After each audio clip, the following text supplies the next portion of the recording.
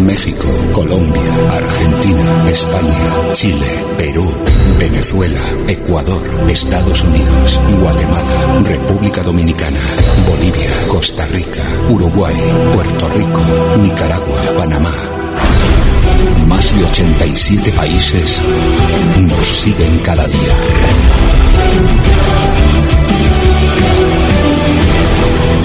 Conectados con el mundo.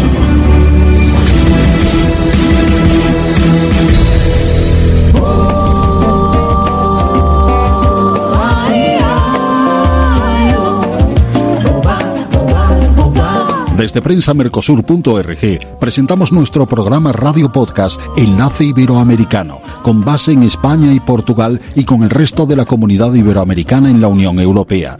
Tenderemos puentes de comunicación e integración con personas y temas de nuestro interés. Radio Mercosur y su Enlace Iberoamericano, presentado desde España por Javier Pertierra, se emitirá los jueves en vivo y en directo. Enlace Iberoamericano, que comenzará a las 13 horas en Brasil, Argentina y Uruguay, 12 horas de Bolivia, Paraguay, Chile, Cuba y Venezuela, 11 horas de Colombia, Ecuador y Perú, 10 horas de México y Centroamérica, 18 horas de España.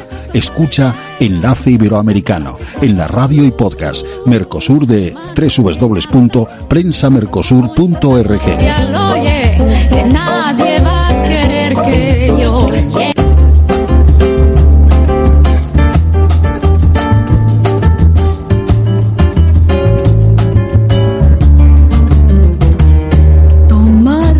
Você volte depressa, que você não se despeça nunca mais do meu carinho. E chore, se arrependa e pense muito, que é melhor se sofrer junto que viver feliz. Hola, muy buenas. Parece que siempre hay algún problema de cobertura. En cualquier caso, hoy tenemos un programa que va a tratar un tema que todos los que viajamos siempre tenemos presentes, que son nuestros consulados, la mayor cercanía que tenemos en el extranjero y en el exterior de nuestros países.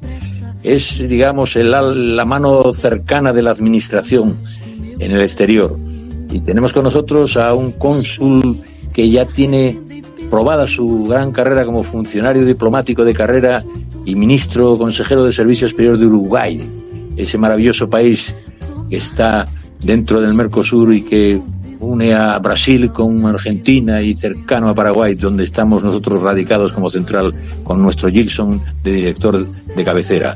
Don Ramiro Rodríguez Baucero, de Montevideo, creo que nos va a describir las funciones, los servicios, las asistencias y la protección que prestan estos consulados y que son similares en general, y él está representando de cónsul de Uruguay, en Galicia, Asturias, Cantabria y País Vasco, o sea, toda la zona norte, que él hablará de ella también, de España. Es una zona muy amplia y está radicado él en La Coruña, en cerca de Santiago de Compostela, el lugar donde los peregrinos terminan su recorrido. Muy agradecido a don Ramiro Rodríguez Baucero su excelente acogida y sus ganas de dar a conocer esas funciones para prestar mejor servicio a los 86.000 uruguayos que parece que están censados, él me corregirá mejor, y en estos momentos en el territorio de Unión Europea y España. Ha sido también profesor, tiene, en fin, recorreremos un poco preguntándole sobre su carrera profesional, y yo también decirles que el tema, por lo tanto, será esa asistencia, protección y servicios que presta el consulado. Pasamos a nuestros corresponsales. Sabe que este programa iberoamericano, que tiende puentes y enlace entre mi Españita, la Unión Europea y Latinoamérica, suele tener unos corresponsales en distintas zonas de Latinoamérica, dependiendo del local y del programa, y esos corresponsales suelen contar o darnos alguna noticia o esbozo de lo que a ellos les parece singular en el día de hoy. Y yo voy a pasar al ínclito, al rápido periodista, a nuestra estrella en Bogotá, don Carlos Castañeda. No sé lo que pesa, pero es un pugilato muy duro de pelar en el ámbito periodístico, siempre heterodoxo, siempre como el salmón, pero siempre con un corazón enorme. Gracias, Carlos Castañeda, por estar con nosotros. Dime qué hay por ahí por Bogotá y a ser posible que le guste a nuestra audiencia, porque tú siempre cuentas cosas que te gustan solo a ti, chaval, no tienes en cuenta la audiencia, eres muy egoísta. Dime. Yo sé, don Javier, con la venia del invitado, a don Ramiro Rodríguez, un invitado de quilate. Bueno, aquí en Bogotá una temperatura muy agradable. Dos noticias urgentes que está sucediendo a esta hora en Colombia es que estamos en directo con el Ministerio de Ambiente de Colombia y Prensa Mercosur y por supuesto diferentes medios de comunicación internos aquí en Colombia, y tiene que ver con la COP16 que se va a realizar en Colombia, en la ciudad de Cali, una ciudad muy diversa. El presidente de Colombia escogió ayer a esa ciudad por ser tan diversa, clima, negros, mulatos, indígenas, blancos, y se está preparando esa COP. Estamos en directo y no sé si con la venia de ustedes, don Javier, podemos escuchar un ratico de la rueda de prensa. Están poniendo los ojos en ellos. Así que vamos a hacer muchas movilizaciones en donde el Pacífico se va a integrar y todas esas comunidades con la COP16. Hay que recordar que si bien la COP es del 21 o el 20 de octubre hasta el 1 de noviembre, todos estos meses de preparación van a incluir en gran parte ese tipo de movilizaciones o ese tipo de foros, eventos para irnos preparando como sociedad. Bueno, una serie de foros, de eventos, de seguridad. Recordemos también a la inmensa audiencia que tenemos a esta hora, es que vendrán más de 100 mandatarios de todo el planeta a esta COP16. Y la otra rápidamente noticia que tiene que ver con Colombia es la elección supuestamente hoy por parte de la Corte Suprema de Justicia de la nueva fiscal. Esperemos que haya, como se dice, humo blanco para que se escoja la nueva fiscal aquí en Colombia, don Javier. Pues excelente, Roberto, como siempre, sintético y al grano. Y siempre hablando de la magnífica temperatura de Bogotá. También quiero contar con don Roberto, que está desde Ciudad de México, aunque viaja mucho. Creo que en Ciudad de México nos tiene alguna noticia, don Roberto, preparado, y siempre desde sus ámbitos culturales, turísticos y ilustrándonos sobre esa gran ciudad latinoamericana, probablemente la mayor urbe de nuestra cultura. Dígame, don Roberto. Con el gusto de saludarlos a todos mis amigos y hermanos en esta tertulia. Un fuerte abrazo hasta Uruguay, bueno, hasta España, el cónsul. Aquí traemos la gorra de Uruguay, siempre solidario. Don Rodrigo, Ramiro, un placer conocerlo y saludarlo, y vamos a estar atentos. Un fuerte abrazo desde la Ciudad de México. Gracias. Y también tenemos en esa zona tan querida para nosotros a don Manuel Trovajo, que es un todoterreno ya de esta prensa Mercosur, y puede que él nos tenga que comentar algún asunto sobre la zona veracruzana, si está ahí, que no sé dónde está. Dígame, don Manuel, ¿tiene alguna noticia? Un hombre que representa la UNESCO, es para nosotros un honor, y que ha relanzado los pueblos mágicos de toda Latinoamérica. Dígame, don Manuel Trovajo. Pues muy buenas a toda la audiencia y aquí a mis compañeros, y lógicamente aquí a Ramiro Rodríguez. Bueno, pues esa labor, yo también como español, que está haciendo ahí en mi país para el tema de sus conciudadanos, ¿no?, de Uruguay. Qué bueno que estás ahí colaborando con toda tu gente y, bueno, pues que todo sea para bien. Y noticia, aquí estamos pendientes, ¿no?, porque pues, se ha comentado de que en el transcurso de este mes y primeros del mes que viene se supone que va a haber un terremoto en esta zona de México y de Guatemala. Se estima, ¿no?, según los expertos, que va a ser de 9.3. Entonces está como el temor si será verdad o no será verdad de que haya esta gran catástrofe. Como se comentaba que en 2024 va a haber muchos sismos. Ya empezaron en enero en Japón y en otros lugares del mundo. Y bueno, esperemos que este comentario que se está haciendo ya viral, que no sea realidad, que pase desapercibido este posiblemente gran terremoto. Pues hay que tengan muy buen día y vamos a ver que podemos hablar aquí con nuestro amigo Ramiro desde allá, desde Santiago de Compostela o desde La Coruña, a la larga gallegos, que han estado ahora en elecciones y bueno, él estará muy pendiente también del tema de las elecciones de allá de Galicia. Ánimo. Pues muchas gracias, Manolo. Yo desde mi Españita pues querría comentar que sigue un poco el culebrón del gobierno con los separatistas, y ya lo hablamos aquí, y que hay un poquito de corrupción, como no, eso vende mucho, pero no sé, es más de lo mismo. Un ex asesor de un ministro de Ábalos, que bueno, nuestra audiencia creo que esas cosas pues son muy normales en el ámbito político, porque bueno, es endémico, ¿no? ¿Quién no maneja un presupuesto y a veces se le queda, pues, en fin, se le queda cerca de sus manos a alguna parte del presupuesto? En cualquier caso, sí, yo tengo una noticia que creo que nos hace ver el mundo de otra manera, y tiene que perdonarme don Ramiro Rodríguez, porque aquí tenemos noticias a veces de fondo, pero otras de vez en cuando intentamos ilustrar a nuestra audiencia sobre algunos temas que les pueden resultar chocantes y que a la vez pueden ser culturalmente muy aceptables. Y es que los neandertales europeos inventaron antes que el Homo sapiens el pegamento para los flechas y las hachas. Claro, esa patente que siempre creímos que nosotros que somos Homo sapiens sapiens, fíjese usted qué soberbia. Hombre sabio, Homo sapiens sapiens, pues no, mire, los neandertales que habían abandonado África pues casi 300.000 o 400.000 años antes que el Homo sapiens, que lo abandonó después, fue una mutación que hubo en el continente africano casi 300.000 años después que los neandertales.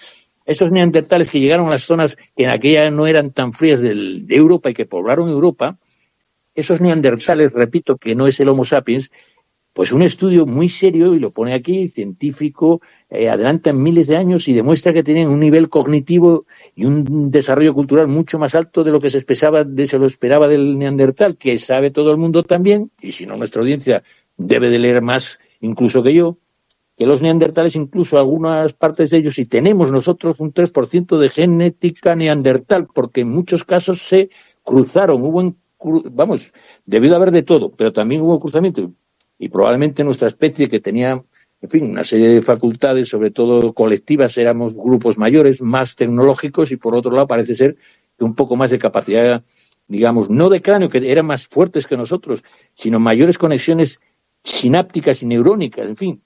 A lo que voy para nuestra audiencia, que es importante. ¿Por qué el neandertal es muy importante?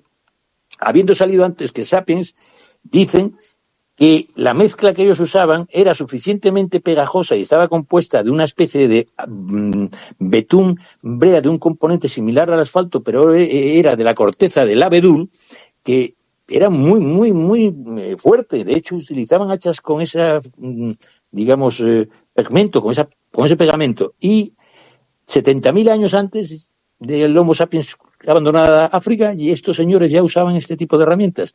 Pues hombre, nuestros hermanos neandertales que dejaron sus huellas dentro de nosotros en un 2 o 3%, en mi caso más porque soy muy bruto, pues entonces debemos de hacerle un homenaje a nuestros parientes lejanos neandertales, porque ya utilizaban tecnologías adhesivas, como dicen aquí, y que esa evolución cultural nos ha permitido sobrevivir, porque esos genes son los que nos permiten, entre otras cosas, soportar mejor el frío que al Homo sapiens sapiens que salía de la zona africana. Una noticia para mí de fondo y que nos aparta un poquito de la corriente general, con el permiso de nuestro magnífico cónsul, y ahora pasaremos a temas, digamos, de programa con don Ramiro Rodríguez Bausero, y disculpe la digresión, don Ramiro, pero ahora pasaremos a hacer una pregunta a usted, si me permite.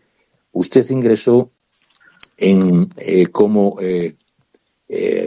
digamos, representante, funcionario diplomático, en cómo fue esos orígenes suyos de la vocación que tuvo y esas primeras funciones que desempeñó después de acabar, me imagino, la licenciatura de Derecho en el ámbito, digamos, del consulado. ¿Cuáles fueron sus orígenes vocacionales y de destino, querido don Ramiro? Hola, Javier. Bueno, se me escucha bien, ¿verdad? Muy bien. Buenas tardes desde aquí, desde este rincón llamado La Coruña, en gallego. Gusto en saludar también a a la tertulia, a Carlos, Manuel, Roberto. Encantado, primero que nada, estar aquí conversando con ustedes, manteniendo esta charla.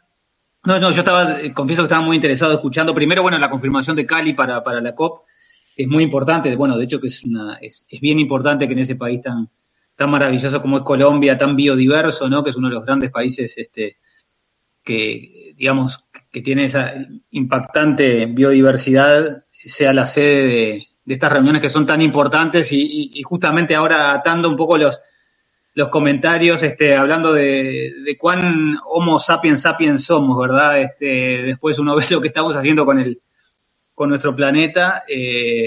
A veces me pregunto si no tendremos más genes de Neandertal que de Homo sapiens sapiens, pero bueno, esas son reflexiones un poquito de café. Volviendo a tu pregunta, Javier, yo entré en el servicio exterior luego cuando ya tenía cumplidos mis 30 años. Estuve todos mis años 20, digamos, en la actividad privada.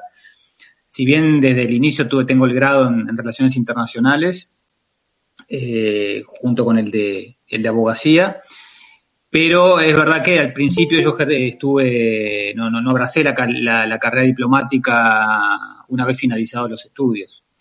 Lo hice luego, bueno, por diferentes motivos, un poco a veces uno y las circunstancias, ¿no? Que me fueron llevando a eso, pero sí claramente tengo una vocación internacional o internacionalista muy marcada desde pequeño, que la he volcado, bueno, en los estudios para empezar de Relaciones Internacionales, luego con la abogacía, que si bien me gusta mucho el derecho, pero también particularmente el derecho internacional y bueno, y también la política internacional y todas sus aristas, ¿no? Esto me ha llevado también a tener algunas líneas de investigación académicas en la universidad, donde doy clases en Uruguay y también aquí en Galicia como ya profesor invitado tanto en la Universidad de Santiago como en la de Coruña.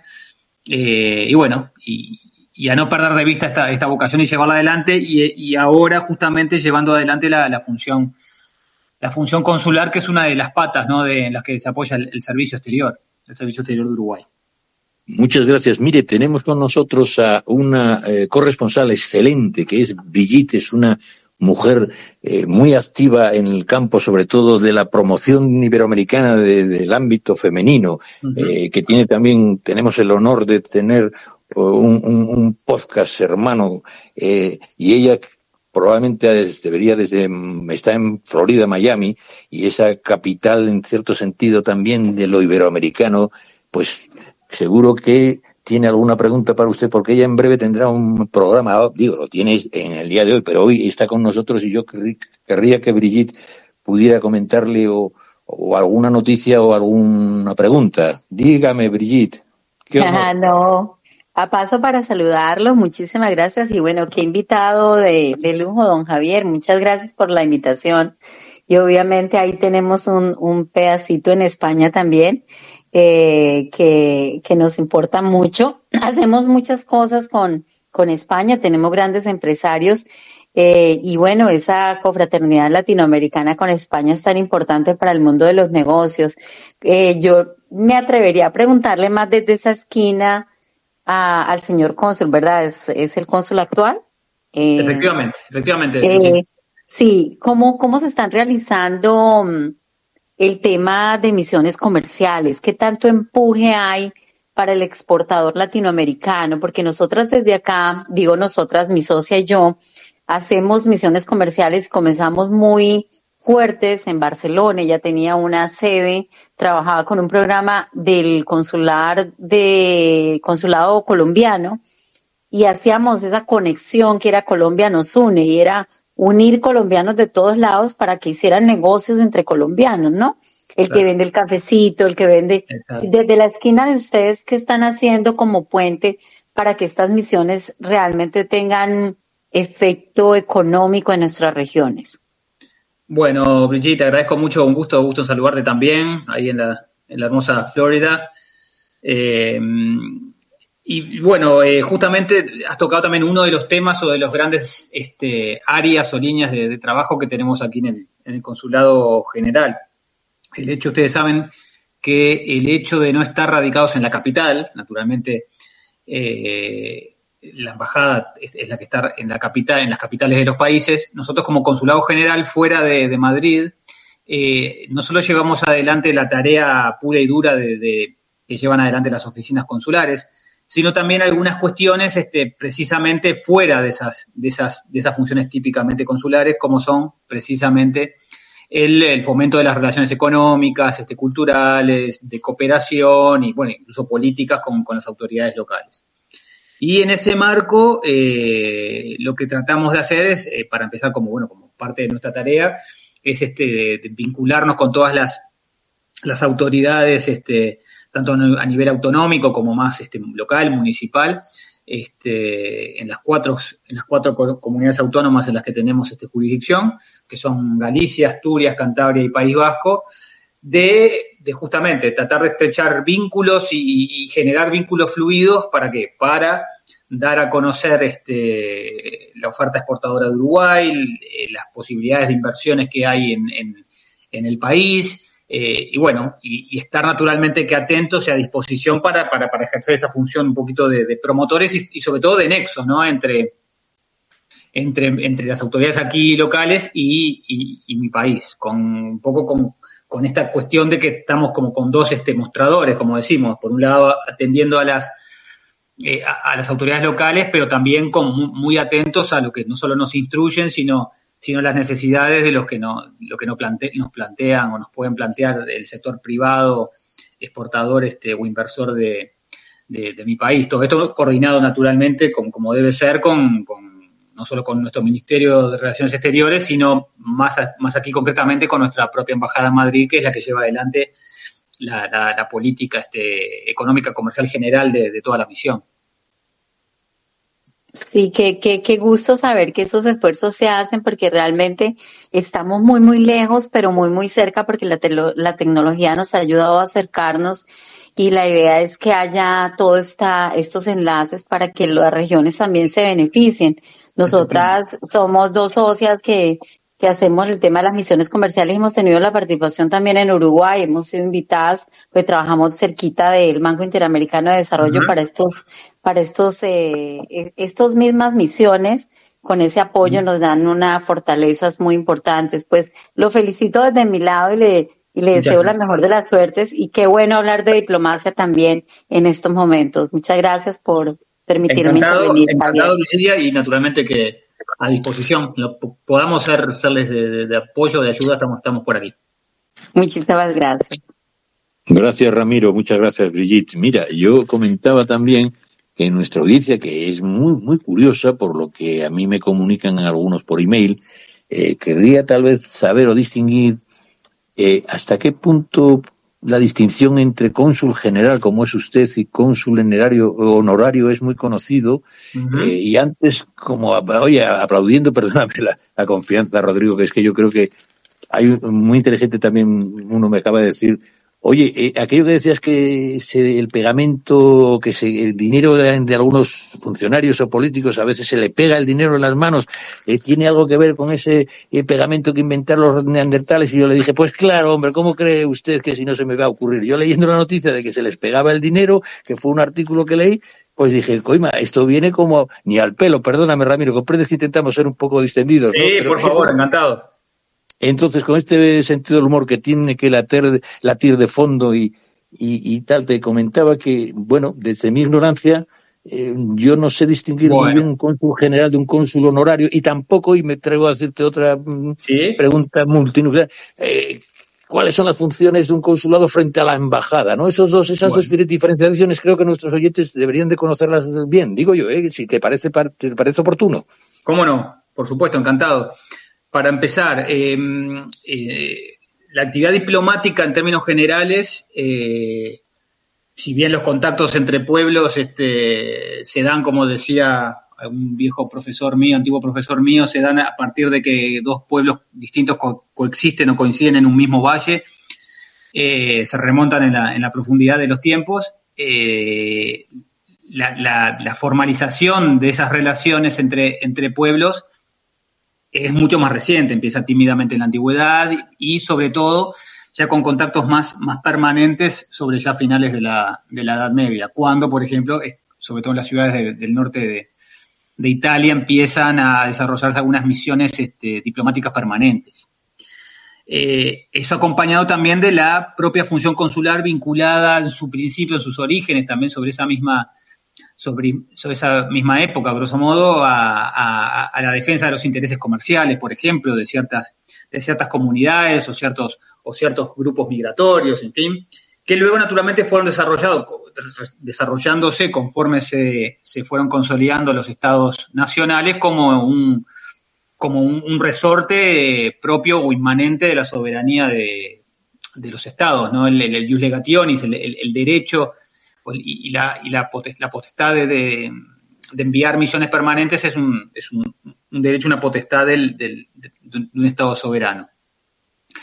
Dicho eso, y más modernamente, la regulación de las relaciones diplomáticas y consulares se legisló a nivel internacional y se plasmó en unas convenciones que se firmaron, se suscribieron en la década de los 60, de los 1960, que fue en Viena, en Austria, que son las convenciones de Viena, tanto de relaciones diplomáticas como de relaciones consulares, en el año 61 y 63, respectivamente, y que un poco regulan y recogen, porque en esto hay mucho de derecho consuetudinario, ¿no? de tradición, de costumbre, recogen lo que ha sido la práctica generalizada de este tipo de relacionamiento diplomático y consular con sus diferentes aristas, como ahora vamos a comentar. Y allí en ese marco, entrando a lo que es el derecho consular, que es uno de los órganos de las relaciones exteriores o internacionales de un país que llevan que llevan adelante o desarrollan determinados cometidos que básicamente tienen que ver con el desarrollo de la función consular, ¿no? ¿Qué es lo que implica? Bueno, para empezar, la protección de los intereses de los nacionales de su Estado, en todo lo que tiene que ver con la documentación y la extensión de diferentes tipos de documentación del Estado, naturalmente. Funciones de contralor, como pueden ser funciones notariales, lo que pueden ser legalizaciones o poderes, inscripciones o oficina de estado civil, es decir, las inscripciones de nacimientos, de defunciones, de matrimonios. Velar por intereses, por ejemplo, de menores en la jurisdicción o, por ejemplo, de los privados de libertad en la jurisdicción. Antiguamente también había algunas funciones en materia de naves y aeronaves, también según el lugar. Y luego también, aunque ahora voy a ir a esa distinción, Javier, desarrollar algunas funciones, como le decía Brigitte, fuera de lo que es ese elenco de funciones consulares, que básicamente es el fomento o el desarrollo de las relaciones económicas, comerciales, culturales, de cooperación, la promoción de relaciones amistosas, una función un poquito más extendida de la función meramente consular. Y eso porque estamos, como les decía, fuera de la capital, fuera de Madrid, porque son esas funciones típicamente que desarrolla la embajada en la capital. Y en esto voy a la distinción que nos consultabas entre los consulados honorarios, sobre todo como una primera distinción, que, digamos, siendo un resorte soberano del Estado, el establecimiento de oficinas consulares en otro país, en otro Estado, hay diferentes formas de organizar. Y eso en función de la jerarquía que se le quiera dotar a la oficina en cuestión, que puede estar marcada por los vínculos con el Estado receptor, está marcada seguramente por la cantidad de nacionales que haya en esa ciudad o en esa región, por los vínculos económicos, comerciales o los intereses de ese tipo que pueda haber. Entonces, son oficinas que tienen una jerarquía que hace que sean erigidas como consulados generales. Sobre esos consulados generales, que por ejemplo en el caso de Uruguay, en España tenemos 5 consulados generales, que son el de Madrid, Barcelona, Valencia, Las Palmas de Gran Canaria y nosotros en Santiago de Compostela para toda la cornisa cantábrica en nuestro caso. Es la organización que Uruguay se dio aquí, o se organiza el relacionamiento consular con España a través de estos 5 consulados generales. De estos consulados generales que desarrollan todas esas funciones que les comenté y alguna otra más que se me ha escapado de repente, depende los que son los cónsules de distrito, que los cónsules de distrito son funcionarios de menor rango que los cónsules generales, que llevan adelante en las oficinas consulares funciones típicamente consulares, que son las que les enumeré al principio. Un poco son esas cuestiones de documentación, de la asistencia consular, de esas funciones de contralor y notariales y administrativas que les comentaba, que depende naturalmente del cónsul general.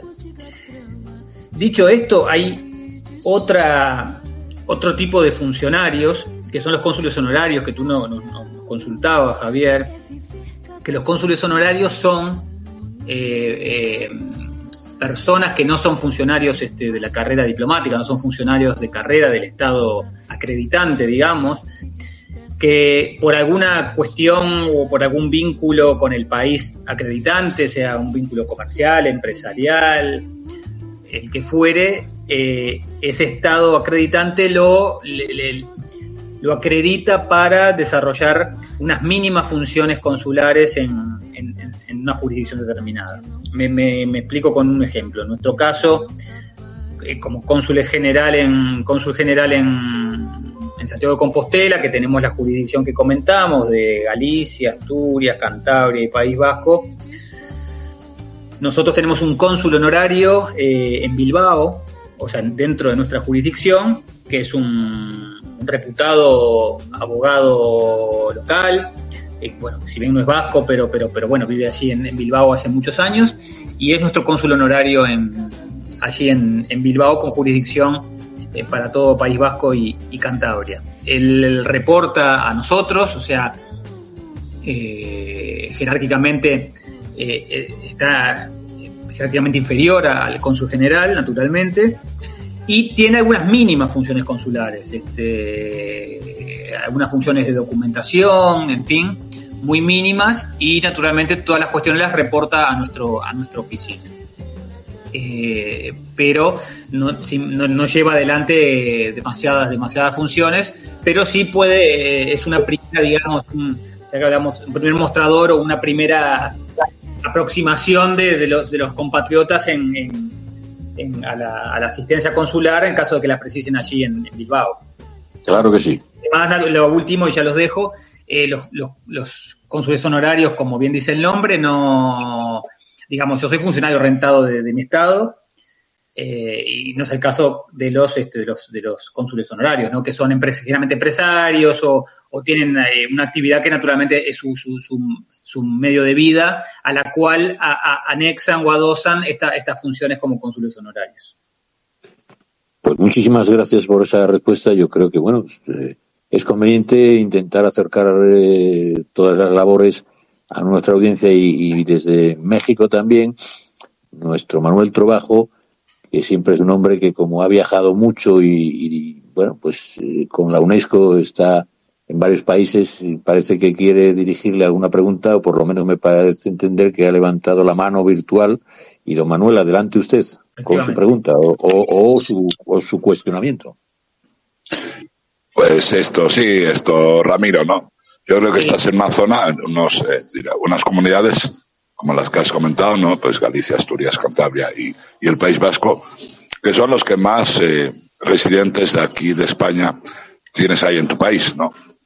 Yo creo que la más potencia de residentes es, lógicamente, Galicia. Estás en el lugar adecuado como cónsul general, porque sí, no sé si tienes la información de cuántos empresarios gallegos hay ahí en Uruguay, ¿no? Diríamos que los gallegos están por todo el mundo, pero pues muchos se han desplazado para allá, para Uruguay, tanto gallegos, asturianos como empresarios del País Vasco, con mucha inversión de aquí de españoles que están ahí en la zona como residentes. Si tienes un poquitito de información de cuántos gallegos, o más o menos, ¿no? Cuántos españoles, pero yo creo que la gran mayoría son entre gallegos y asturianos del País Vasco, unos en cuestión de hoteles, otros en cuestión de restauración, y en el caso de los vascos, pues más de inversión de industria, ¿no? No sé si tienes una aproximación, ¿no? Si me lo puedes comentar, por favor. Sí, efectivamente, Manuel, sí, bueno, atándolo con la respuesta anterior, uno de los motivos, un poco para ejemplificar por qué mi país decide instalar un consulado general aquí basado en Galicia, es precisamente por ese historial que tenemos, ¿no? Ese ida y vuelta que comenzó siendo unida de aquí de la diáspora gallega a Uruguay en varias oleadas, que constituyó la base de nuestra identidad nacional, ¿no? Se estima que de toda la inmigración española en Uruguay, más del 70% es inmigración gallega, que se refleja fuertemente en nuestra forma de ser, nuestra idiosincrasia, que bueno, uno no puede dejar de sentirse muy identificados aquí con la forma de ser del gallego, porque justamente provenimos, basta venir aquí para darse cuenta que uno proviene de estas rías, ¿no? de estas tierras. Y por extensión también, en menor medida, naturalmente, lo mismo pasa con los inmigrantes asturianos y vascos, sobre todo, no tanto cántabros o de Cantabria, pero sí los vascos, que también contribuyeron grandemente al desarrollo de la estancia empresa, como decimos en Uruguay, allá sobre segunda mitad del siglo XIX, y que también conformaron grandemente a la evolución socioeconómica e industrial del país. Y bueno, desde entonces estas relaciones ha fructificado no solo en un entramado, una muy potente densidad de relaciones humanas, digámoslo así para comenzar, con mucha vinculación entre diferentes centros gallegos que hay en Uruguay. Bueno, de hecho, el primer centro gallego en el exterior ha sido el de Montevideo, de 1879, lo cual también marca un poco la pauta de la importancia de que significó la colectividad gallega para el país y viceversa, ¿no? Y bueno, además de esas relaciones humanas que se ve en ese entramado del cual somos testigos todos los días, porque tenemos consultas no solo de uruguayos que viven aquí, sino de gallegos que están en Uruguay y vienen, o gallegos que están aquí, que han vivido en Uruguay y se han vuelto. Tenemos muchísimas historias de ese tipo que nutren una relación muy, muy entrañable, muy, muy fluida entre Galicia y Uruguay, y en términos económicos, en una serie de inversiones o empresas que tradicionalmente los gallegos han llevado adelante, por ejemplo, muy vinculadas al sector de la pesca y las conservas. Por ejemplo, el puerto de Montevideo es muy importante como puerto de recalada para la flota gallega en el Atlántico Sur. Hay una vinculación muy, muy, muy estrecha entre la flota gallega y nuestro puerto desde muchos años. Bueno, no solo por los servicios que ofrece nuestro puerto y las ventajas que tiene, pero sino también por ese historial, esa relación que mantenemos, ¿no? Y bueno, y ni que hablar en el sector de las conservas, el sector del transporte. Digamos, los inmigrantes gallegos en su día han sido muy, muy industriosos, han desarrollado grandes proyectos industriales en Uruguay que, como típicas empresas familiares, han devenido y han sobrepasado las diferentes generaciones, y hoy son parte del gran entramado comercial e industrial de nuestro país. Discúlpame, quería hacer otro comentario, es referente a igual lo que comentaba Brigitte, que con la importancia que tiene tu consulado en esa zona concreta, yo creo que muchas veces a través de las embajadas se hacen los eventos en las capitales, ¿no? Como Madrid o Barcelona. Yo creo que este tipo de encuentros se debería hacer más, en el caso tuyo particular o personal, más en Galicia, ¿no? En Asturias o en el País Vasco, porque lógicamente el encuentro entre empresarios sería muchísimo más importante, ¿no? Que este tipo de encuentros, exposiciones a través de la Cámara de Comercio pues en este caso de Galicia, ¿no? Yo creo que sería mucho más adecuado estos encuentros en estas capitales, ¿no? Bueno, de hecho, Manuel, sí, los realizamos, como comenté antes, nosotros esto lo hacemos con la coordinación y también el liderazgo, como debe ser de nuestra embajada en Madrid, que es un poco la que lleva la big picture, ¿no? La gran foto de todo el relacionamiento bilateral con España. Pero bueno, aquí en nuestra comunidad autónoma hemos hecho, en nuestras comunidades autónomas de la jurisdicción, debo decir, hemos hecho varias presentaciones de oportunidades de negocios en Uruguay. Tal vez, bueno, yo antes de venir aquí había sido el director de inteligencia comercial de nuestra Cancillería, con lo cual los temas económico-comerciales me son particularmente atractivos, y hemos hecho con nuestra embajadora varias presentaciones de posibilidades de negocios en Uruguay, en Bilbao, en Cantabria, en Avilés, en Asturias, aquí en Galicia, en Santiago, en Coruña. Tenemos varias en carpeta más, y porque un poco esa es la idea, como tú bien dices, ¿no? De promover también las posibilidades de negocios y de inversión en Uruguay en el contexto de un relacionamiento muy amigable y muy fraternal, en el sentido de lo que significa fraternal, ¿no? De hermanos entre gallegos y uruguayos. Bueno, pues yo voy a interrumpir un segundito porque tengo que aprovechar un poco menos diplomática para poderles invitar a Miami. Miami, señor cónsul, está siendo el centro de Climate Week Miami 2024, una apuesta de la alcaldesa Daniela Lavín Cava como alcaldesa de autoridad de la ciudad.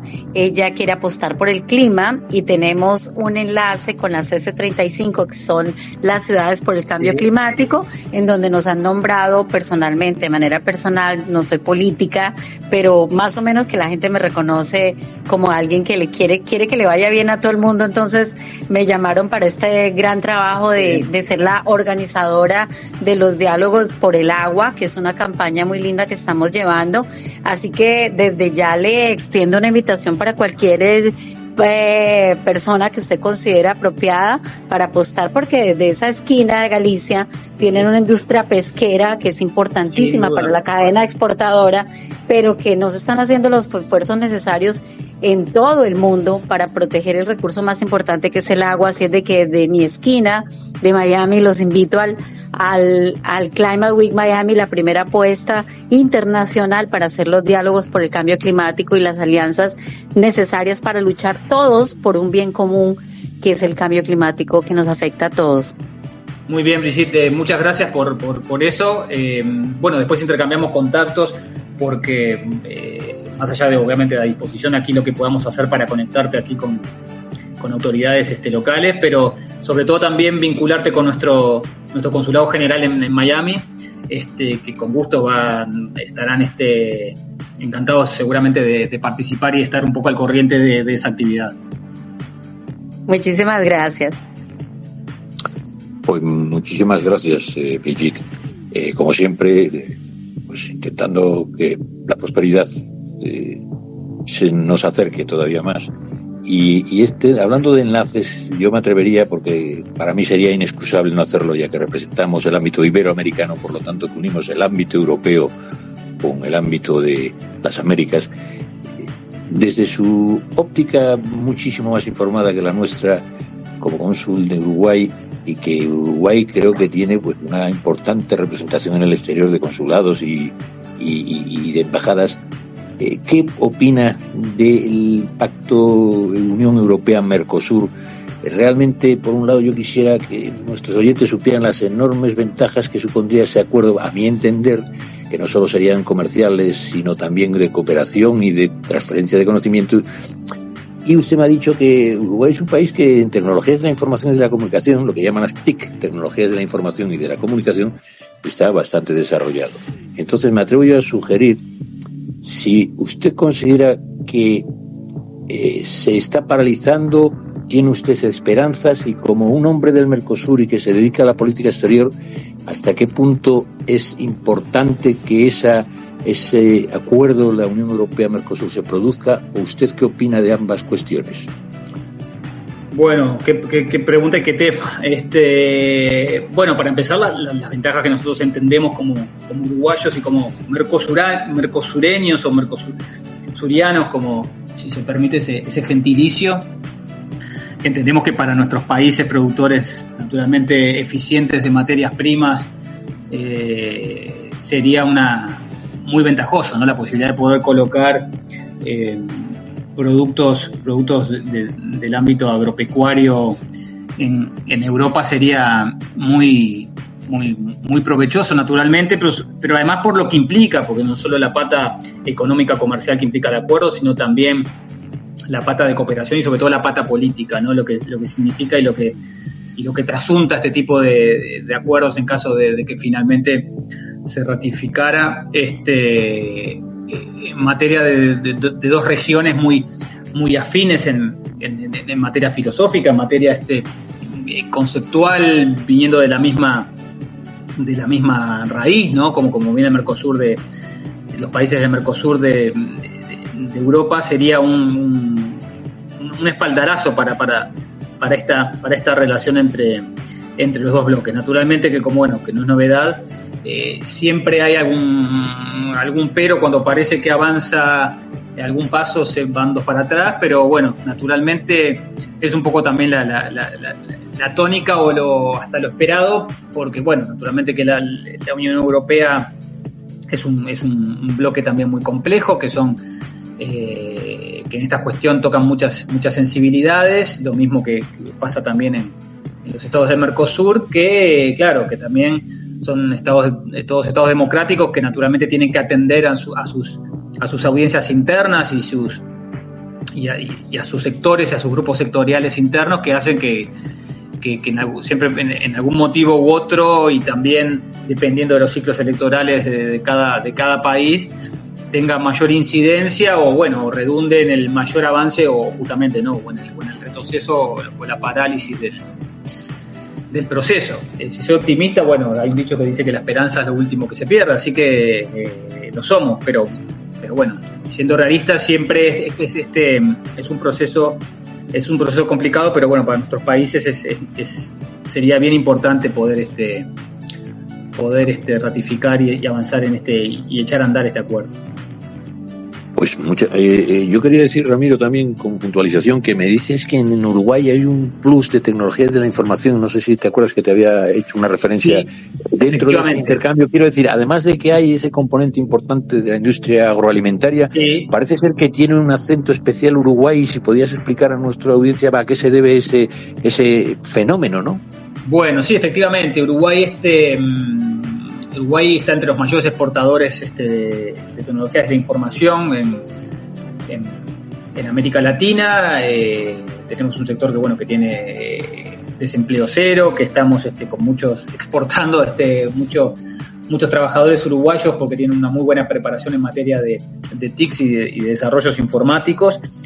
Y eso creo que eso es un proceso que se ha venido haciendo muchos años. Uruguay tiene históricamente una base educativa muy importante, muy inclusiva desde su enseñanza pública a niveles muy iniciales, a lo cual se le ha agregado, por ejemplo, allá a principios de este siglo, el plan de un computador o un ordenador por niño, una iniciativa que se aplicó de manera inicial o piloto en nuestro país, que ha hecho que el denominado Plan Ceibal en Uruguay hacía una referencia internacional, y eso ha venido de la mano de que ese laptop per child haya en cierto modo incentivado en aquellos niños de los años 2006 y 2007 hayan tenido un mayor interés tal vez por el desarrollo de estas carreras de las tecnologías de la información y del conocimiento. Hay unos entornos favorables para también el desarrollo de inversiones en este sentido, a nivel por ejemplo, de zonas francas que tenemos en Uruguay, que justamente se fomenta también el desarrollo de este tipo de actividades, y que ha posibilitado, por ejemplo, que se hayan instalado oficinas de back office en Uruguay para toda Latinoamérica, y que bueno, en base también a ese capital acumulado de conocimiento y experiencia en materia de TICs. Es decir, Uruguay, felizmente, como tú bien dices, no solo es un gran exportador agroalimentario en materia de bienes, sino también en materia de servicios y bueno, en este caso ese tipo de servicios financieros y los desarrollos de software y desarrollos informáticos también forma parte de esa más moderna, digamos, canasta exportadora del país.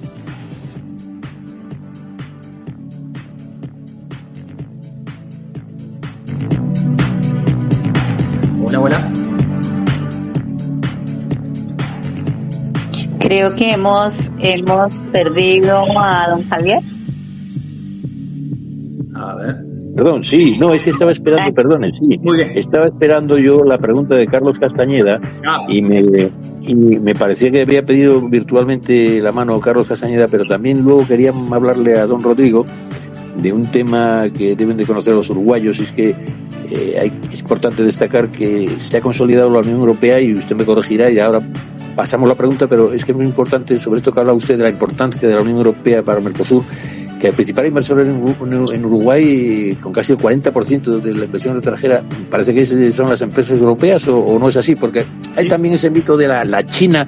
China es comercial, pero no inversora. ¿Podría usted, antes de pasar la palabra a Carlos Castañeda y dentro de la pregunta anterior, ese ámbito de inversión en Europa versus al comercial con China, diferenciar el ámbito inversor del comercial? ¿Qué le parece la idea? Sí, efectivamente, nosotros tenemos un gran porcentaje de inversiones europeas en Uruguay, siendo España el líder. Luego España ha sido líder histórico de en stock de inversión en Uruguay. Sobre todo ha sido el artífice de la reconversión energética del país y la transición energética del país hacia las energías renovables. Ustedes saben que Uruguay produce casi el 100% de su energía eléctrica de fuentes renovables, y principalmente eólica e hidroeléctrica, y en materia de energía eólica la inversión española ha sido fundamental, ha sido clave. Ahora precisamente vamos por otra nueva transición energética, como ustedes saben, que es todo lo concerniente al hidrógeno, y ahí bueno, Uruguay también está muy bien posicionado para captar ese tipo de inversiones justamente por ya el camino recorrido que tiene en las renovables. Hemos tenido inversiones muy importantes, por ejemplo, de Finlandia. Ustedes saben, tenemos 2 plantas de celulosa muy importantes en Uruguay, la segunda inaugurada hace algunos meses en el centro del país, que ha llevado también a un redimensionamiento del mapa vial y el mapa ferroviario del país, por esa gran y histórica inversión finlandesa en Uruguay, que a su vez es consecuencia también de una política forestal, que es una política de Estado que se viene desarrollando hace 40 años. Y luego hay algunas inversiones, naturalmente, que hay empresas francesas, hay empresas italianas, con esos códigos que obviamente, como me refería, con las empresas que tenemos, con las empresas europeas. En materia de China, sí, China es un actor muy importante, sobre todo en materia comercial, con Uruguay. Uruguay exporta alrededor, dependiendo del mes y del periodo, pero alrededor del 30% de las exportaciones de bienes de Uruguay son para China. Con lo cual ustedes se imaginarán que es un actor bien importante. Y la presencia china, si bien hay algunas inversiones directas, básicamente también se han resumido, por ejemplo, en la compra de frigoríficos, en la presencia de la cadena cárnica y en algún tipo de producto del sector agropecuario, pero sí, la presencia china efectivamente tiene un peso comercial muy importante. Pues muchas gracias. Tenemos ahora a don Carlos Castañeda, que con su mano virtual nos va a comentar alguno de este tema del consulado y de la exportación. Dígame, don Carlos. Claro que sí, un saludo muy cordial a al cónsul Ramiro. Cónsul, supe, me corrige la fecha, por ahí el 14 de febrero hubo un segundo foro iberoamericano de la iberofonía, organizado por una fundación universitaria, por la diplomacia del Reino de España.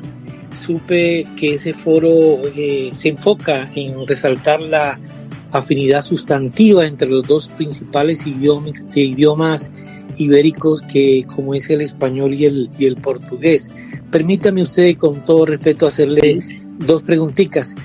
¿Cuáles son los principales objetivos de ese segundo foro iberoamericano y de la iberofonía? Y la segunda pregunta, querido cónsul, es ¿qué representa el espacio panibérico o de la iberofonía y cuántos países se apersonan o abarcan esto, cónsul? Bueno, efectivamente, hace un par de semanas se desarrolló el segundo foro de la iberofonía en Oviedo, en que tuvimos el gusto de participar en una mesa redonda allí, debatiendo y conversando sobre la importancia de la diplomacia para las relaciones internacionales.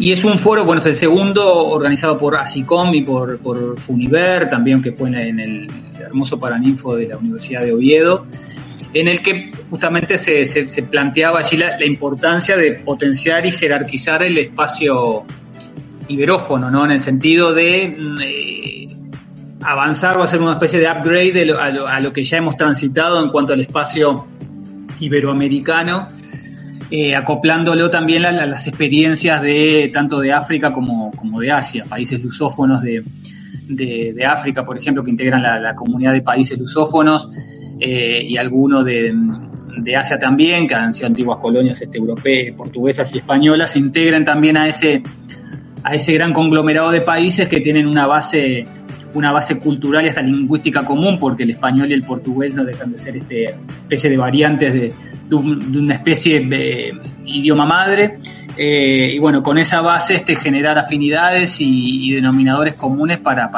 potenciar encuentros, intercambios, acercamientos, en fin. Así que nosotros ya les digo, participamos gustosos de esa mesa redonda en el marco de ese foro. Excelente pregunta de don Carlos Castañeda, porque usted, que está en Uruguay y por lo tanto nos puede ilustrar sobre la importancia y el peso específico de Brasil. La iberofonía, que comentaba muy bien Carlos, supone no solo la consolidación e integración de uno de los mayores espacios de proyección de la industria de alimentación y de medio ambiente y de materias primas. ¿Usted cree que se está incardinando y esa integración, digamos, de Mercosur avanzará hacia una, digamos, concepción más europea, en el sentido de que tuvieran la suficiente importancia, como señala nuestro director Ginson, los diputados, los parlasureños, tuvieran la importancia para, siguiendo un poco a lo mejor el aprendizaje y evitando los efectos que tuvo la Unión Europea? ¿Usted cree que esa integración podrá avanzar al trote o al trote cochiquero? ¿Cómo cree usted que avanzará esa integración? Bueno, a diferencia de Europa, América Latina tiene unas bases que a priori son más homogéneas de lo que significa esta hermosamente variopinta Europa, ¿no? Toda la razón del mundo, pero no produce los efectos que hace la Unión Europea. Justamente, que habría que ver las causas, pero somos un continente mucho más homogéneo en materia lingüística, en materia cultural, tenemos una historia común. Si bien hemos tenido enfrentamientos fratricidas entre nosotros, han sido naturalmente que muchos menores a los que la vieja Europa ha desarrollado y durante ya no siglos sino milenios, por lo cual deberíamos tener a priori mejores condiciones para seguir adelante en un proyecto de integración común. Lo que pasa que, bueno, también nuestra propia historia ha marcado que por algo estamos conformados en esta cantidad de países en las que estamos, habiendo sido una unidad en algún momento, una unidad continental, que derivó en esta plétora, ¿no? En esta explosión de diferentes estados que luego se fueron conformando en naciones. Yo creo que las bases están, lo que pasa que naturalmente, los estados luego van desarrollando sus propios intereses nacionales y de acuerdo a sus propias matrices productivas, económicas, a la fuerza de sus sectores, de sus élites, y van transitando por caminos diferentes, a veces de entendimiento, a veces no tanto. Pero naturalmente que el proceso de construcción europea desde los años 50 para aquí hay mucho que aprender y también con sus idas y vueltas, sus enlentecimientos, sus momentos de aceleración. Es un momento que es un proceso de integración que ha avanzado y que se ha consolidado y que sigue siendo modelo a pesar de su gran diversidad, su gran complejidad, las diferentes realidades que tiene esta Europa común, ¿no? Pues sí, tiene usted toda la sensata opinión, pero es una pena que no avancemos. Por eso avancemos más rápido y con mayor fruición. Por eso intentamos desde prensamercosur.org, nuestro radio 24 horas online, nuestro podcast Hermano Enlace Sudamericano. Esos señores están con nuestro director a la cabeza intentando ser un pequeño, un humilde, un granito de catalización para que esa unidad se produzca, porque traería, a nuestro entender, y eso es parte de la editorial de estas emisoras, y quiero que lo conozcan nuestros oyentes, nos daría una magnífica prosperidad, a mi entender, porque unificaría unos criterios que hoy en las zonas geopolíticas o nos unimos, o me parece a mí que otros grandes bloques se harán con la tarta de la producción. Hemos visto cómo China ha conseguido en no tantos años ser pues una potencia que ya se disputa, la primera potencia del mundo, China, y débese eso a que son 1.000 y pico millones de personas que por una cierta dictadura permanecen unidos.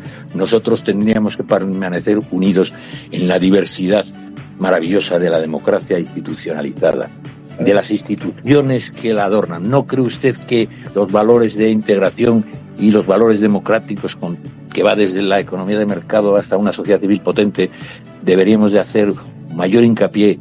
Y ahora viene la pregunta, porque me dice Gilson que yo siempre adorno y luego pregunto.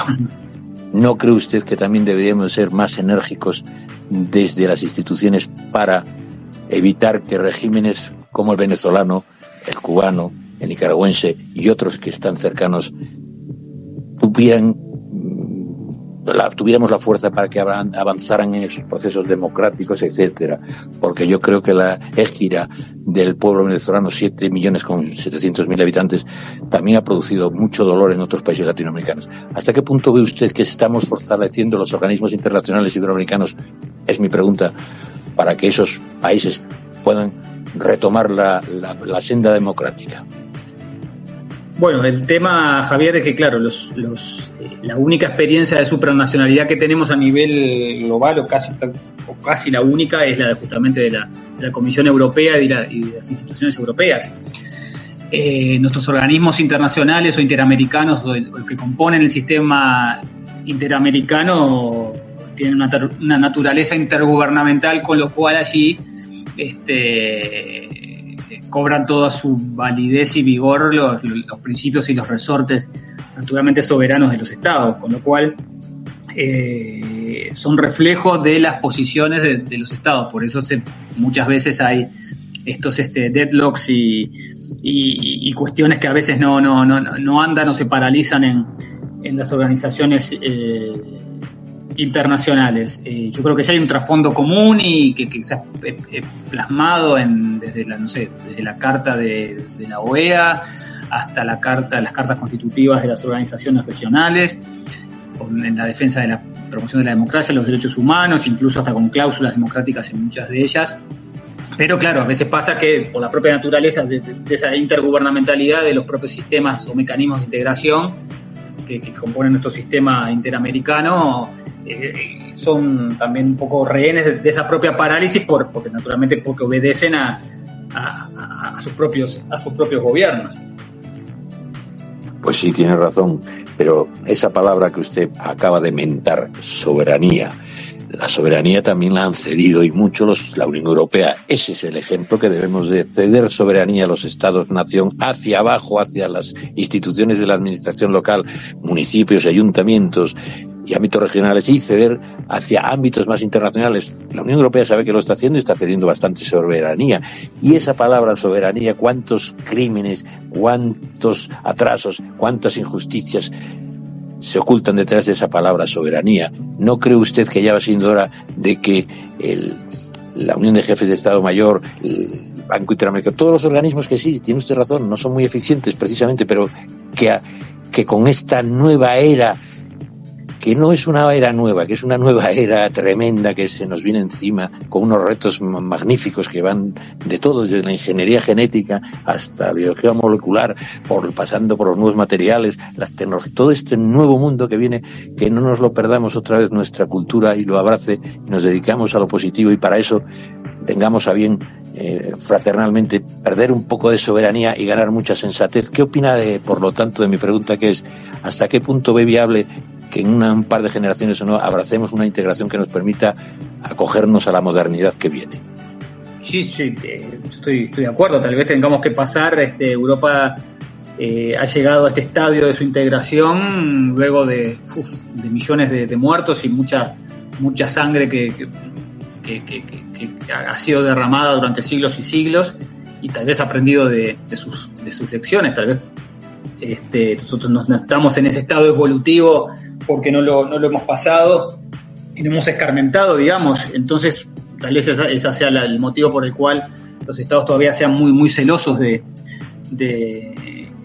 su soberanía. Y bueno, yo no dije que las organizaciones fueran ineficaces, sino que digamos, dan lo que dan por la propia naturaleza intergubernamental que las caracteriza, ¿no? Al ser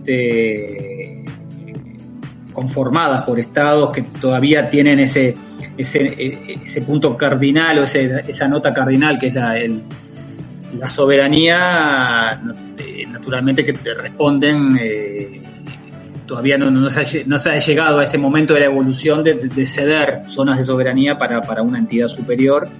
Y bueno, y todavía estamos naturalmente en ese nivel intergubernamental que a veces hace que las cosas no avancen tanto o tan rápido o de la manera más apropiada o deseada.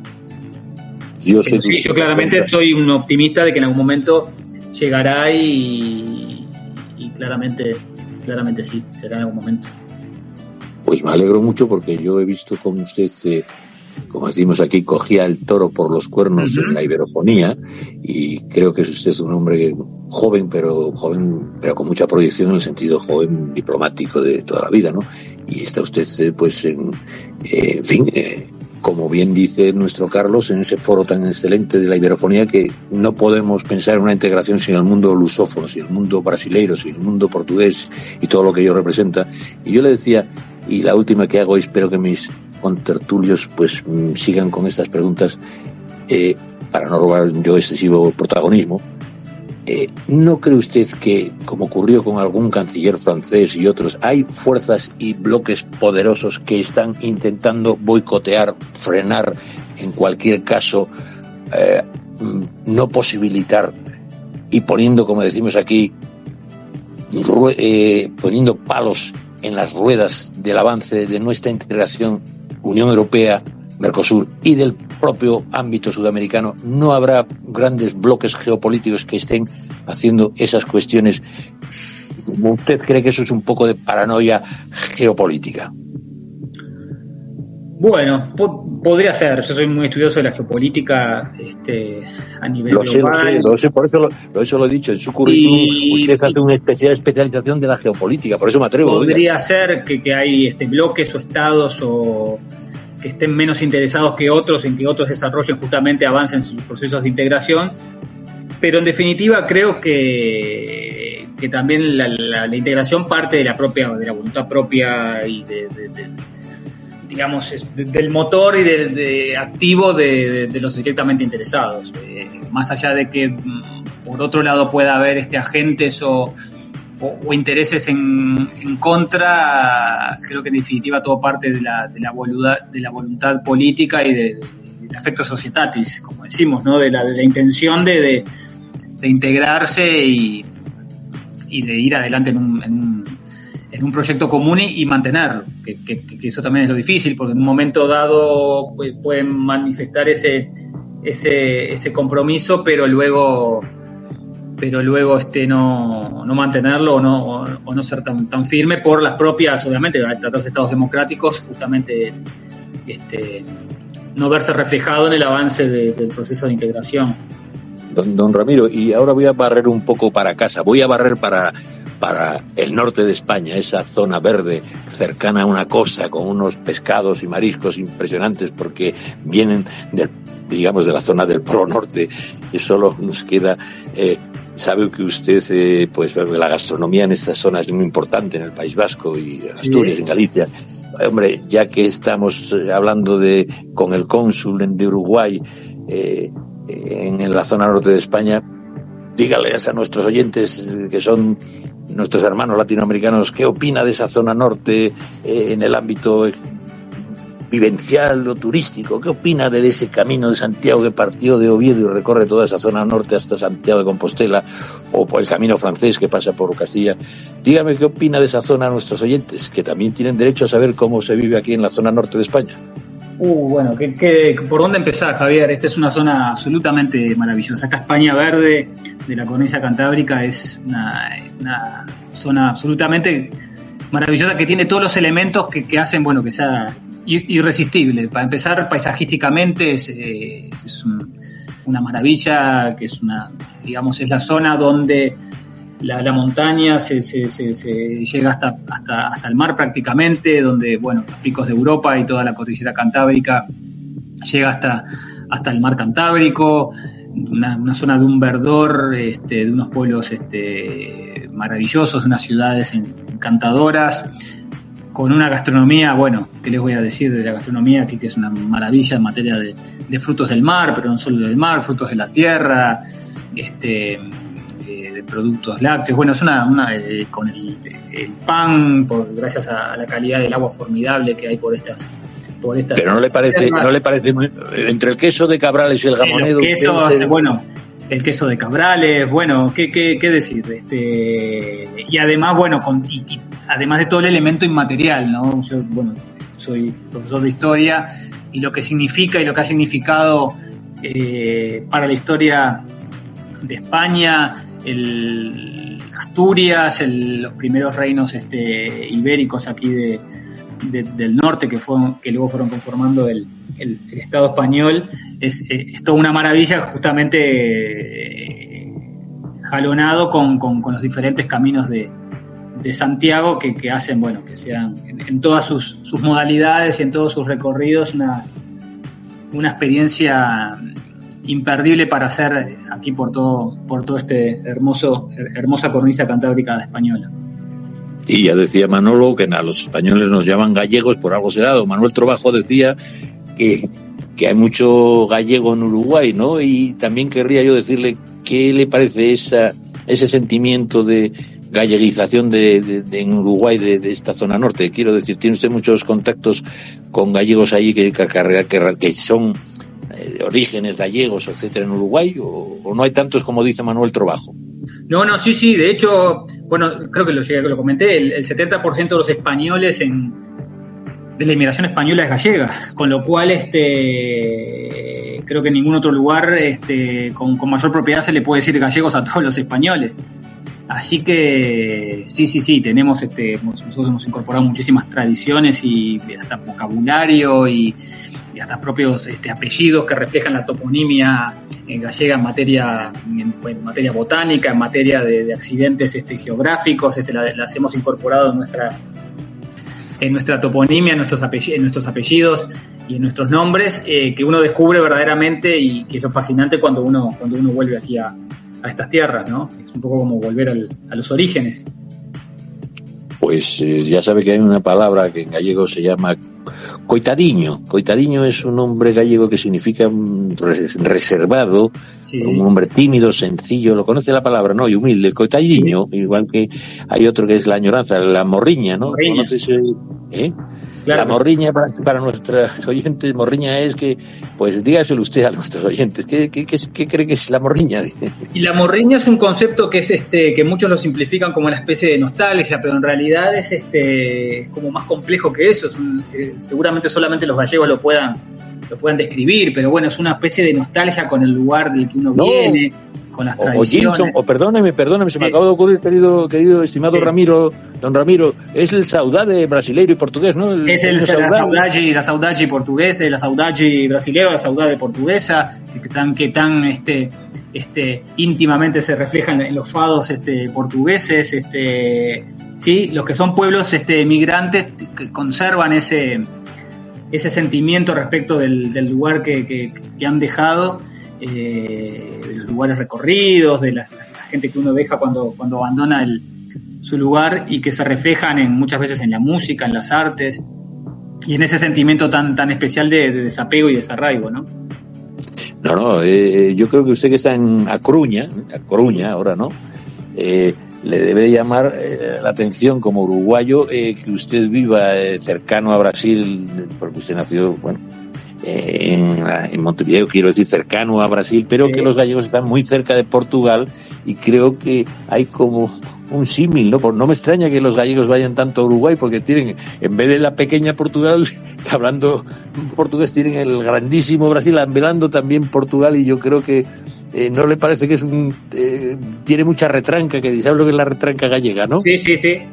Sí, y bueno, puede ser, porque de hecho Uruguay llegó a formar nuestro territorio, llegó a formar parte del propio imperio de portugués, luego de Brasil, así que nosotros tenemos mucha vinculación, naturalmente, por nuestra vocación allí de bisagra entre Argentina y Brasil. Hemos tenido y tenemos mucha relación con Brasil, también muy cercanos en materia musical, en materia lingüística, sobre todo en las zonas de frontera, así que seguramente. Pues se nos echa el tiempo encima, don Ramiro. Si alguno de nuestros corresponsales quiere decirle una última cuestión o plantearle algo, y también usted, como dicen aquí, el minuto de oro. Ok, yo solo quiero, porque me tengo que despedir. Enhorabuena ahí, cónsul. Ojalá pues siga con este magnífico trabajo que hace. Que les vaya muy bien. Nos vemos en otro momento. Un saludo y enhorabuena a Ramiro. Un gusto de las órdenes, Manuel. Muchas gracias. ¿Alguna pregunta más por nuestro director Gilson? Tal vez está el hombre siempre preocupado de que este podcast salga bien, pero como un hombre de frontera, Gilson debería de comentar algo a nuestro cónsul, don Ramiro Rodríguez Bauseo, cónsul general hermano, de la zona norte. Un saludo cordial ahí a nuestros queridos oyentes, a nuestro invitado de honor ahí, Ramiro Rodríguez. Excelente charla el día de hoy sobre principalmente los trabajos, ¿no?, que tiene el consulado de Uruguay en España. Y también quiero preguntar a nuestro querido invitado, pero antes de preguntar, quiero hacer algunas noticias de relevancia aquí en el Mercosur, como por ejemplo, el día de hoy va a estar con nosotros la parlamentaria, la presidenta y fundadora del Partido de Voluntad Popular de Venezuela, que es la oposición de Maduro, que está con María Corina, que es Adriana Pichardo Bello, ¿no? Ella que va a estar hablando con nosotros y también con los parlamentarios del Mercosur a partir de las 19 horas de Brasil, Argentina, Uruguay y Paraguay. Entonces usted no perca que hoy va a estar ahí Adriana Pichardo Bello, ¿no? Y va a estar hablando todo sobre la situación de Venezuela. Bueno, también quiero hacer relés, ¿no?, para nuestra querida... Querido Gilson, perdóname Gilson, es que nos comentan nuestro cónsul general de Uruguay en la zona norte, Ramiro Rodríguez, que tiene que abandonar, y eso le estamos, ya fui yo un poco excesivo, bueno, ya me dijo que iba a rozar un poco la hora. Dígame, don Ramiro, me parece que ha tenido que irse, salvo que quiera usted. No, estoy aquí todavía, encantado, todavía estoy aquí, pero sí debería salir en unos minutos porque tengo una un encuentro aquí con una persona que no es de aquí de Coruña y me tengo que encontrar, habíamos quedado ya con... No se preocupe que estemos para... ¿Quieres comentar? Que nosotros seguimos hablando si quiere del tema, querido Gilson. Voy a ser directo Gilson, ahí con la pregunta a nuestro querido cónsul. Nosotros sabemos que Uruguay está en elecciones ahora, ¿no? Y las internas, ¿cómo le ve la situación de las elecciones en Uruguay?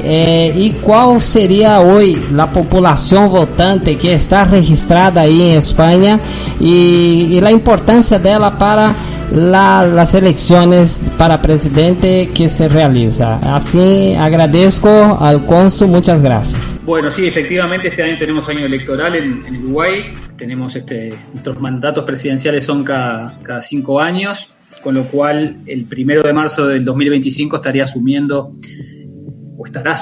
el próximo presidente de la República. Ustedes saben que nuestro país no tiene reelección presidencial, con lo cual va a ser un presidente distinto, naturalmente.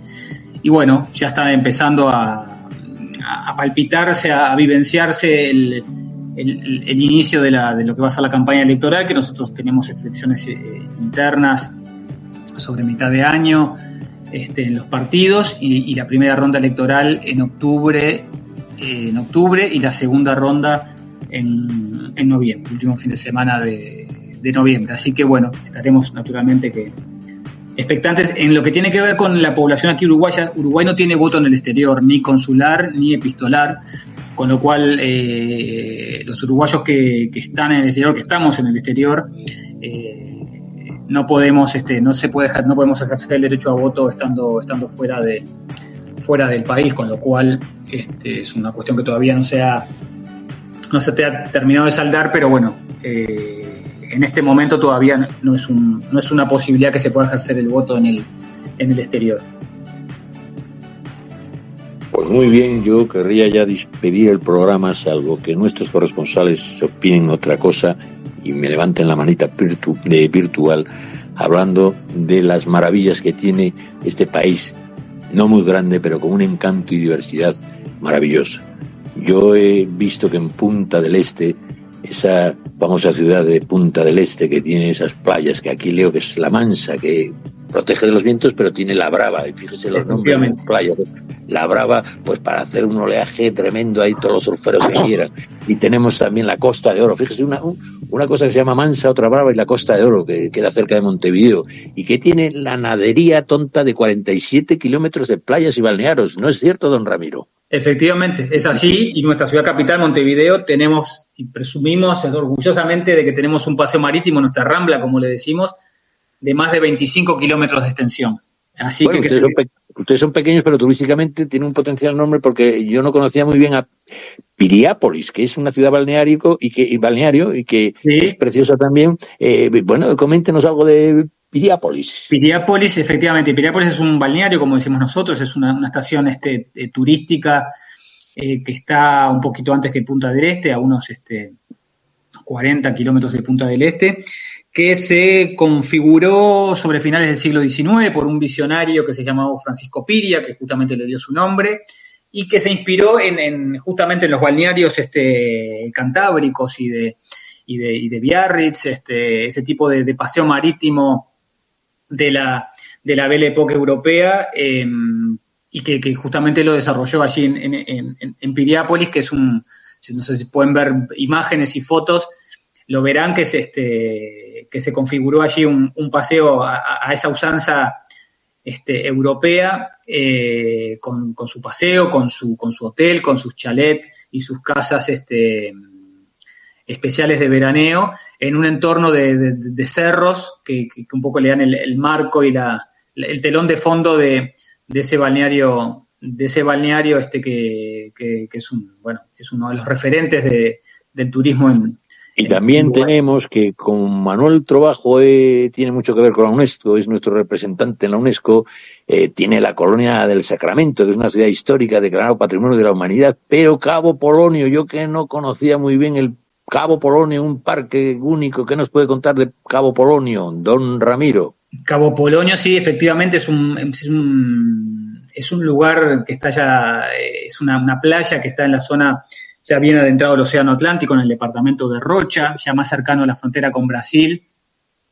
a unos 300 kilómetros de Montevideo, que sí, que tiene la particularidad que no ha tenido el desarrollo o no ha llegado el avance de la modernidad a esas dunas, a esos médanos, a esas playas, y con lo cual es un entorno muy agreste, muy natural, en el cual no hay luz eléctrica, que se tiene que llegar con coches especiales, que hay que tomarlos en la carretera, en la entrada del lugar, que está muy controlado, muy vigilado, que es y bueno, Cabo Polonio, estamos hablando con el telón de fondo de un faro que es el que le da el marco romántico a ese lugar, que les recomiendo que justamente tiene un destello en 12 segundos, como la canción de Jorge Drexler que se llama 12 segundos de oscuridad, justamente que está hecha en honor del faro de Cabo Polonio.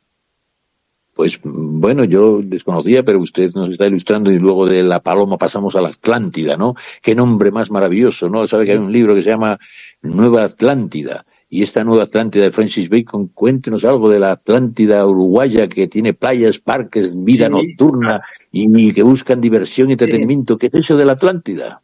Atlántida es también un balneario que está más cerca de Montevideo, en la costa, es como que sería la capital de la Costa de Oro del departamento de Canelones, a 50 kilómetros de Montevideo. Y a diferencia también, como es una zona peninsular, no tanto como Punta del Este, pero sí, también tiene su playa brava y su playa mansa, y ha sido uno de los primeros balnearios en desarrollarse allá por los años 40 y 50, que también son paisajes de mucho pino, mucho verde, y también naturalmente muy cercanos todo con la costa del Río de la Plata, que es un mar digamos, un mar abierto. Sí.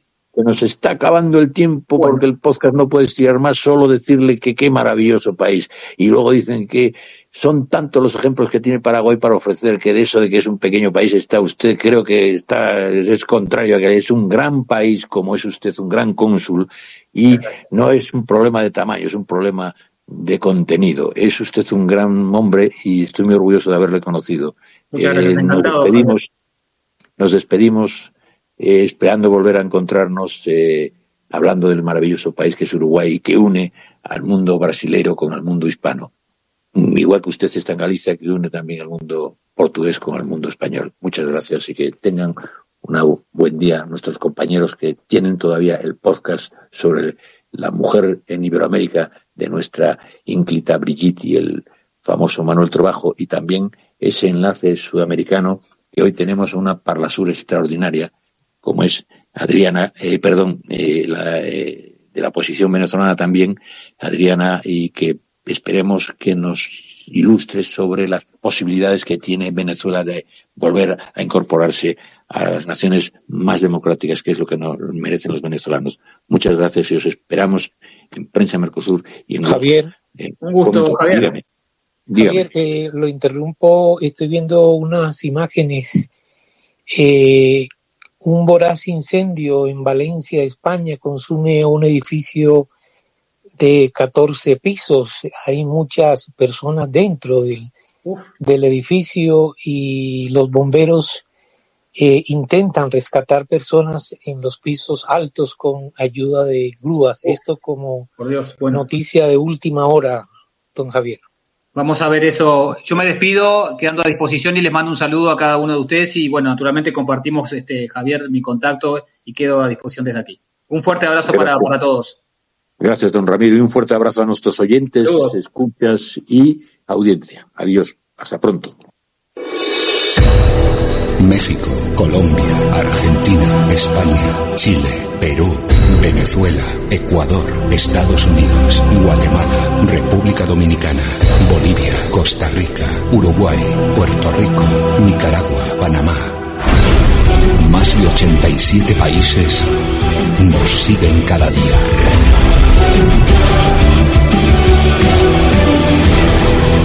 Conectados con el mundo.